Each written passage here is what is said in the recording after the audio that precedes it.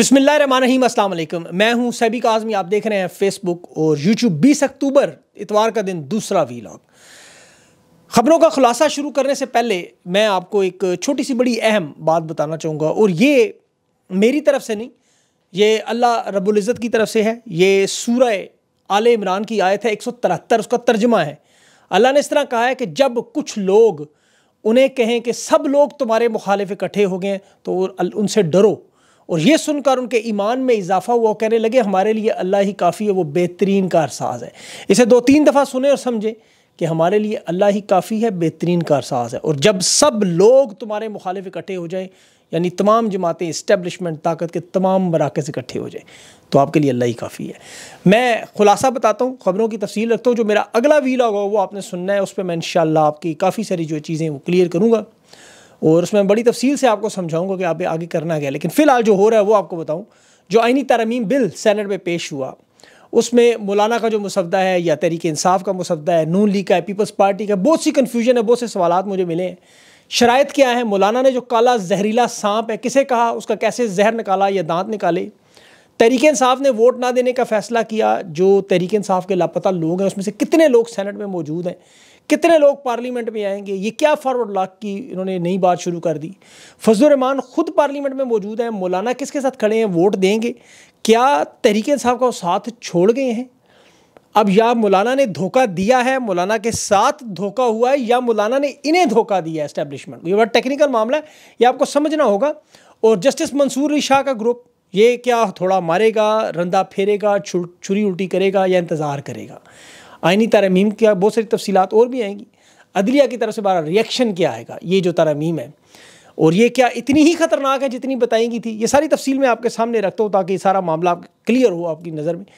ये जो आखिरी लम्हात में मुसवदा है आईनी तरमीम का, जिसके भी काबीना में ख़ुसूसी कमेटी में मंजूरी हुई, और ये उन्होंने बज़ाहिर तो मेन स्ट्रीम मीडिया रिपोर्ट कर रहा है कि ये काजी साहब नहीं जा रहे, लेकिन बिलावल कह रहे हैं काजी साहब जा रहे हैं। बल्कि वो तो कह रहे हैं, जो लोग ये कहते थे काजी नहीं जा रहा, वो माफ़ी मांगी।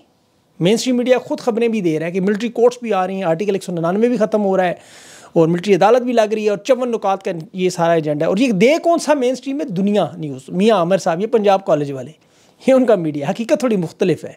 ये जो आईनी तरमीम बिल सेनेट में पेश हुआ है, उसकी मैं आपको थोड़ी तफसील बताऊँ, वो आ जाएगा भी सारा आपके सामने। उस पर फिर तफसील से पोस्टमार्टम भी करेंगे लेकिन इसमें आईनी बेंच की तश्कील का मामला, जुडिशल कमीशन, आईनी बेंच और जजेस की तादाद, ये तमाम सूबों से जजेस लेकर आर्टिकल 184 के तहत नोटिस का इख्तियार आईनी बेंच के पास, आर्टिकल 185 के तहत आइन की तशरीह के जितने भी केसेस हैं वो भी इस आईनी बेंच के पास जाएंगे। ये पार्लियामेंट वगैरह सारे इलेक्शन के। चीफ जस्टिस की तकर्री का मामला है, वो खसूसी पार्लिमानी कमेटी करेगी, जिसमें सुप्रीम कोर्ट के 3 सीनियर जज जो चीफ जस्टिस को मुकर्रर करेंगे। उस कमेटी की सिफारिश पर चीफ जस्टिस का नाम वज़ीर आज़म और सदर को भेजा जाएगा, और फिर जज ने अगर इनकार किया तो फिर अगले सीनियर जज का नाम ज़ेर गौर आएगा। अब इस कमेटी में कौन कौन होंगे? 12 अरकान होंगे, तमाम पार्लिमानी पार्टियों से लोग लेंगे, 8 कौमी असम्बली से, 4 सेनेट से। और फिर इसमें चीफ जस्टिस की जो उम्र है वो 65 साल और मुद्दत मुलाजमत 3 साल। सबसे जो अहम मामला है कि सुप्रीम कोर्ट अपने तौर पर कोई हदायत और डिक्लेरेशन नहीं दे सकेगी। जैसे सुप्रीम कोर्ट हाई कोर्ट से, आपको पता है, दूसरा केस को उठा के अपने पास मुंतकिल पहले नहीं करती थी, अब कर सकती है। और सुप्रीम कोर्ट के जजेस की सालाना जो कारकर्दगी है वो भी ये कमेटी जायज़ा लेगी। अब आइन का आर्टिकल 111, 175 उसकी तरमीम, सुप्रीम कोर्ट के जजेस की तकर्री के लिए जो कमीशन बनाया गया, जुडिशल कमीशन, जो मैंने आपको पहले भी बताया था, चीफ जस्टिस में सदर, उसमें 3 सीनियर जज, वज़ीर कानून, अटॉर्नी जनरल, बार कौंसल के लोग, एक खातून गैर मुस्लिम सेनेट की, ये सारे लोग होंगे, 2 हुकूमती अरकान और 2 अपोजिशन के। अब सुप्रीम कोर्ट का जज लगाने के लिए जुडिशल कमीशन जो बनाया जाएगा, उसके लिए आइन का आर्टिकल 177 है, उसमें भी इन्होंने थोड़ी तरमीम की है। ये इतना ख़ास ज़रूरी नहीं है, ये मतलब वही सादा सी मालूमात है कि मतलब पाकिस्तानी हो, ज़ाहिर है पाकिस्तानी ही होगा। सुप्रीम कोर्ट का जज 5 साल के लिए, मतलब हाई कोर्ट का जज रहा हो, वकील रहा हो 15 साल, ये सारे वो आम सी रिक्वायरमेंट्स हैं। 184 आर्टिकल ये ज़रूरी था। आज खुद नोटिस जो सुप्रीम कोर्ट ले, सू मोटो जिसे कहते थे, वो भी अब उस दरख्वास्त के बाहर नहीं जाएंगे, उसी के अंदर। जैसे मनाल रेस्टोरेंट में भी काजी फायस ने, आपने देखा, बाहर निकल के छक्के मारा था, तो कुछ फैसले ऐसे भी दिए थे जो वो नहीं देना चाहिए था। और इसके अलावा जो मुकामी टैक्स चार्जेस, ये भी आपको पता है, एस्टेब्लिशमेंट के मामले। अब जो असल मामला, सांप किसे कहा है इन्होंने? मौलाना ने सांप एस्टेब्लिशमेंट को कहा है, वह सरेआम कहा है। उसका जहर निकालना, दांत निकालने, वो है मिलिट्री कोर्ट्स का मामला। देखिए मैं आपको उसकी बड़ी इंटरेस्टिंग आगे बताता हूँ, लेकिन ये थोड़ा सा बता दूँ, मेरे ज़हन में आ गया कि अब जो भी केस हाई कोर्ट में लगा वो भी सुप्रीम कोर्ट उठा के अपने पास ला सकती है। जैसे आपको पेशावर हाई कोर्ट का बल्ले का केस याद होगा, वो वहाँ फैसला हुआ, बाद में जब सुप्रीम कोर्ट आया तो काजी ने वो फैसला काला दम किया। अब ये फैसला चलते हुए कहेगा रुको भी, तुम नहीं सुन सकना, हम खुद सुनेंगे, सुप्रीम कोर्ट ला सकती है। अच्छा, ये जो मुसवदा है ये पीपल्स पार्टी और नून लीग का मुश्तरका मुसवदा था। इसकी जो तरमीम है मौलाना ने की, यानी मौलाना ने इस आइन का जनाजा पढ़ाया है दूसरे मानों में। अब मंसूर अली शाह के ग्रुप की तरफ से क्या रंदा फिरेगा, यानी ये बड़ा अहम मामला है। जो मैं आपको काले सांप की बात कर रहा था, काला सांप, काला शीशनाग, फनी सांस जिसे कहते हैं, उसके दांत और जहर जो मौलाना ने निकाले वो मिलिट्री कोर्ट्स का मामला था, काजी की मुद्दत मुलाजमत तोसी का मामला था। अब चीफ जस्टिस मंसूर अली शाह अगर आ गया चीफ जस्टिस, तो फिर समझ लें मौलाना ने जनाजा हलाल पढ़ाया है तहरीक इंसाफ की और मौलाना की। अब इसे जीत भी करार दे दें। अब ये बिल जब मंजूर होकर पब्लिक आएगा और उसके अंदर मुतनाज़ा जो शिकें आएंगी, फिर तरीके साफ एक स्ट्रेटजी आएगी आगे से, वो एक रद्द-ए-अमल आएगा, वो शायद अगले वीलॉग तक बात हो। लेकिन अभी फ़िलहाल ये सेनेट में चूँकि पेश हुआ है, अब इसमें तहरीक इंसाफ वोटिंग में हिस्सा तो नहीं ले रही। इनकी जो इमरान खान से मुलाकात हुई थी, फिर मौलाना फजल रहमान के साथ मुलाकात हुई, फिर कल मौलाना ने टाइम लिया हुआ था, आज साफ साफ तरीके साहब ने कहा हमारे अरकान अगवा हुए, तशद्दुद हुआ, गिरफ्तार हुआ, हम वोटिंग में हिस्सा लें। इनकी मौलाना ने कहा, इनका साथ दिया कि आप वोटिंग में हिस्सा नहीं लेना चाहते, बेशक मैंने आपका हक़ है, आप जायज़ कह रहे हैं। जो एतराज़ात थे मौलाना के, वो उन्होंने मुस्तरद कर दिए, कुछ निकाल दिए। आइनी तरमीम भी मौलाना कहता है बाद में हम दे देंगे जहाँ जहाँ हम इतराज़ होगा। अब मौलाना फजल रहमान ने देखें बाकायदा तौर पर तरीके साहब ने तो उन्हें इजाज़त दी, आप मौलाना साहब आप वोट देना चाहें बेशक दे दें, हमें आपके किरदार पर कोई इतराज़ नहीं, आपका शुक्रिया। अल्लाह इमरान खान साहब ने भी यही कहा, तरीके साहब के साथ जो पहले भी बात थी, मौलाना के किरदार को सराहा, लाएमल आगे बनेगा। तरीके साहब अलामती तौर पर 5 लोगों को वोट के लिए भेजेगी ताकि वो नज़र रखें कौन कौन से लोग पार्टी के खिलाफ वोट देने आए हैं, इनका तरीका वारदात क्या था, वो सबके सामने एक्सपोज करें। बेज़मीरी, हॉर्स ट्रेडिंग, फ्लोर क्रॉसिंग, वैसे तो पूरी कौम को पता है ये मंडियाँ लगी हुई हमने देखी हैं, बारहा देखी हैं, मरी में भी देखी, छांगामा में भी देखी, अभी सिंध हाउस में भी देखी। 63 की जो काजी फायस ने वारदात की थी, उसका मकसद यही था कि वोट गिना जाए, फ्लोर क्रॉसिंग करें भी, सीट बेशक जाए या ना जाए, लेकिन उन्हें छुरा घोंपे ना घोंपे, उनका वोट गिन लें बस। और बिलावल तो काजी के इसीलिए गीत भी गा रहा है, गुन भी गा रहा है, उसका बस चले तो हो सकता है वो उल्टा नाचना भी शुरू कर दे इसके सामने। कह रहा है मुझे मेरे नाना को इंसाफ दिया इसने, वो भुट्टो से ज़िंदा कर दिया उन्होंने। और कह रहा है जी मुशर्रफ गुदारी केस हो, एबटाबाद केस हो, काजी फायस ने धरना केस, ये सारे सुने। और बिलावल कह रहे हैं जिन्होंने काजी के एक्सटेंशन की खबरें दी वो माफ़ियाँ मांगी, और माफ़ी तुम मांगो और सबसे मांगो, पैर हाथ जोड़ कर मांगो। अख्तर मैंगल जो कह रहा है कि जो अखबारशुदा सेंटर हैं वो बिलावल हाउस में से निकल रहे हैं, या अपारा हाउस से निकल रहे हैं, या जाती उमरा से, उसने कहा एक जगह सिर्फ ऐसी है वहाँ से नहीं वो बनी काला। वो अख्तर महंगल से पूछा आप यहाँ क्या करने, कहते मैं सर्कस देखने हैं। बात तो सही है। इस वक्त हुकूमत की कोशिश ये है कि तहरीक इंसाफ के अंदर एक फॉरवर्ड ब्लॉक बनाए। उसके लिए उन्होंने छोड़ा हुआ है फैसल वाडा, वो जैसे नेवला छोड़ते हैं ना, मतलब उसे मैं नेवला नहीं कह रहा, वैसे छोड़ते हैं वो सांप को पकड़ने। सांप नेवले का आपको पता है बड़ा करीबी तल्लक है। वो कह रहा है PTIP बनाएंगे, इसमें तहरीक इंसाफ पाकिस्तान, जिस तरह MKM पाकिस्तान बनाई थी। और कह रहा था हमने तो तहरीक इंसाफ से कहा है इसमें हिस्सा लें, उन्होंने नहीं लिया। अब देखना भी है कि जो जजेस 8 जजेस हैं मखसूस नशिस्तों का फैसले वाले, इस पूरे अमल का अब क्या वो करेंगे। ये पूरा अमल मुतनाज़ है। तहरीक इंसाफ का केस मजबूत इस लिहाज से है कि तहरीक इंसाफ ने इसमें बाइकआउट किया है, इन्हें राज़ी करने की कोशिश की, इसलिए वोट का हिस्सा नहीं बने।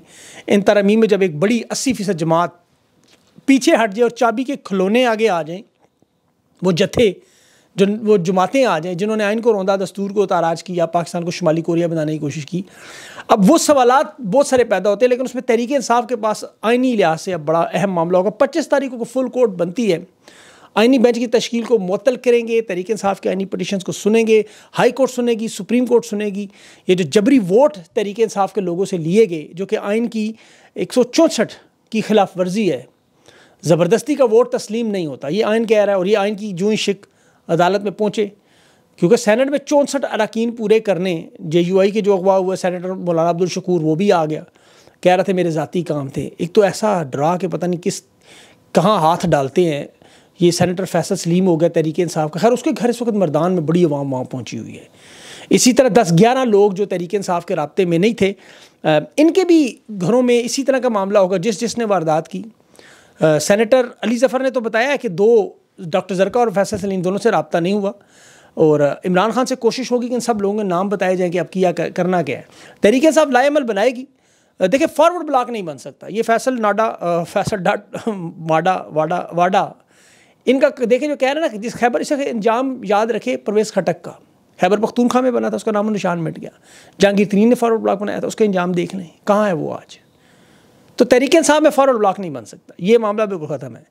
अब जो 11 अरकान है, 11 अरकान पे फॉरवर्ड ब्लॉक नहीं बनते।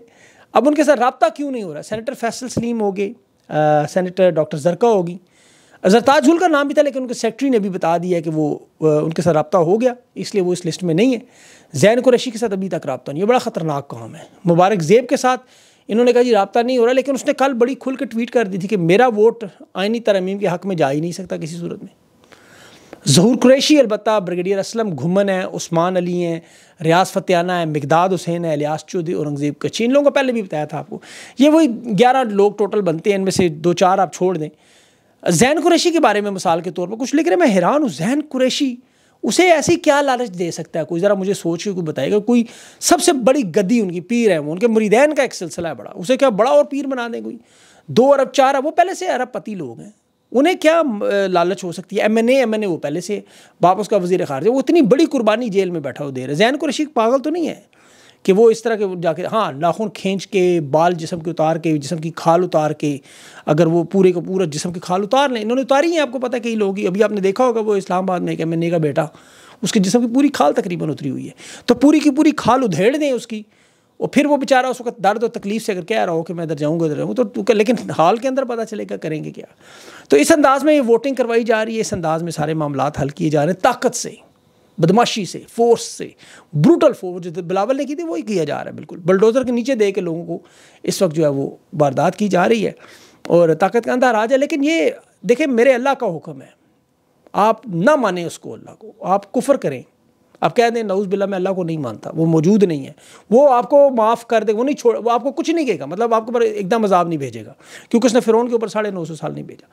लेकिन जो उसकी मखलूक पे जुल्म करे, जो जालिम हो, उसके साथ तो सवाल ही नहीं। बस नहीं कहा कुफ्र की मैं हुकूमत चल रही है, पूरी दुनिया में देख लें आप, कुफ्र की हुकूमतें चल रही हैं और बेहतरीन चल रही हैं, लेकिन ज़ालिमों की हुकूमत चाहे वो दुनिया में किसी खिते में भी हो, वो नहीं चलने देता। तो ये इस वक्त जुल्म हो रहा है, ना सिर्फ अवाम पे, आम पे, ख़ास पे, हर एक पे, खान पे, उसकी जमात पे, उसके लोगों पे, सब पे। तो इसलिए अल्लाह उस पर, मैं तो कभी भी नहीं मानूंगा कि अल्लाह उसका साथ देगा और अल्लाह का रंदा चलेगा, अल्लाह का थोड़ा भी लगेगा, तो इसलिए अवाम का भी लगेगा। अभी तो देखें लोग, हम कहते हैं ना एकदम अल्लाह की मदद क्यों नहीं आती, वो इसलिए नहीं आती कि 24 करोड़ लोग हैं, थोड़े से नहीं है। अगर ये 24,000 होते और मुखालिफिन 24 लाख होते तो फिर ये 24 करोड़ लोग हैं। अल्लाह अक्सरियत की इतनी जल्दी मदद इस तरह नहीं करता, उसे कहता खुद करो अपनी थोड़ी बहुत मदद, तो वो थोड़ी बहुत मदद करनी है आप लोग, वो उस पर मैं अगले वीलॉग में बात करूँगा। अभी आप ये थोड़ी सी सर्कस इनकी रहती है, वो ज़रा देख लें। तीसरे वीलॉग में इंशाल्लाह जो होगा वो खुल के ज़रा बात करूँगा और तफसील से करूँगा, उसमें इंशाल्लाह आपकी जो थोड़ी बहुत जो आपको मायूसी नज़र आ रही है वो बिल्कुल दूर हो जाएगी। आप फिक्र ना करें, ऐसा आपको लाएमल दूँगा। अपना ख्याल रखें, मुझे इजाज़त दें, अल्लाह हाफ़िज़।